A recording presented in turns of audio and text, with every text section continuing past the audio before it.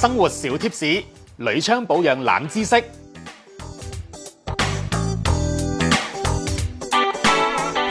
品味生活圈咧嚟到生活小貼士嘅環節，一連4個星期咧，我都會請嚟呢一位專家咧，同大家講下咧關於驗窗啦，同埋咧究竟喺你屋企入邊咧窗口啊呢一樣嘢咧可以點樣打理嘅。首先介紹呢一位專家先啦，不如你自己介紹下自己啊。Hello， 你好，我係陽光鋁窗工程有限公司嘅 Tasco。Hello， 大家好。Tasco 你好啊 ，Tasco 我知道咧，其實你呢個行業咧都已經有一段時間啦。咁頭先我都講咗咧，你係呢個行業嘅專家。不過咧，我相信咧好多聽眾咧都面對一個問題嘅，就係咧佢咧會收到一啲叫驗窗通知嘅嘢。嗱，大家咧收到驗窗通知咧，可能咧個心咧都會驚一驚，哇！點解一副法律文件咁樣嘅嘢會嚟到我個郵箱？仲要限時限刻去揾專業嘅人士咧去完成一個驗窗嘅程序。究竟收到驗窗通知，我第一件事要做啲乜？同埋究竟我使唔使擔心嘅咧？Tasco 嗱，其實當收到強制驗窗通知嘅時候咧，大家唔使咁緊張嘅。咁因為屋宇署其實有半年嘅限期去俾時間大家去處理嘅。咁啊，一般都係針對翻一啲10年以上嘅樓宇啦，先至會進行呢個強制驗窗嘅。咁會檢查翻你屋企嘅窗係咪合乎翻屋宇署嗰個安全嘅標準啦，會唔會有跌窗嘅風險咁樣？係咁啊，其實好多私人物業嘅業主啦，可以喺限期之內去聘請翻合資格嘅承建商啦，去做翻個檢查嘅。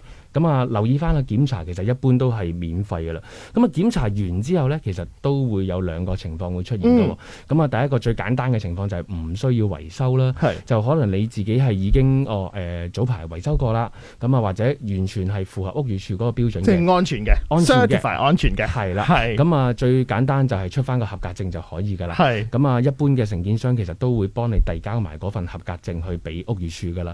咁會有第2個情況就係需要維修啦。就係你嘅窗其實可能唔合乎屋宇署嗰個安全嘅標準啦，咁就要跟翻個指引去換翻嗰啲有問題嘅配件。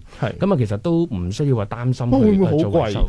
貴就其實最主要換翻啲配件啊零件，其實唔會話太過好昂貴嘅一個費用嚟，同埋個工程講緊其實個時間都係半日至1日到，其實已經可以完成晒。咁你諗下半日至1日到嘅嘢，其實唔會話個收費係會好貴，唔需要話成幅窗換過晒新嘅。但係你係呢一行嘅專家啦，嗱，我哋咧就真係唔知價噶嘛，會唔會有啲咩參考嘅價錢，或者你可以話到俾我哋聽，或者邊度可以睇到咧？其實你講得非常之好。其實屋宇署講緊係喺上年嘅時候咧，咁你可以查翻屋宇署嘅網頁啦。其實佢上面有個價錢表嘅，大概做咗一個市場統計。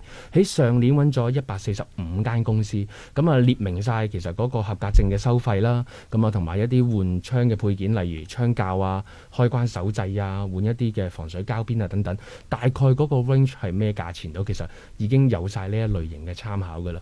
咁啊反而可能喺呢度都提一提翻大家，可能留意翻，其實你揾鋁窗公司嘅時候啦，最好亦都係揾一啲有註冊嘅承建商啦，係公司註冊嘅，咁會有翻個信心嘅保證喺度咯。咁啊，第2啦，最好就係有齊晒1、2、3級嘅呢一個註冊級別嘅牌照啦。今日咧再一次多謝 Tasco 嘅來臨，多謝晒。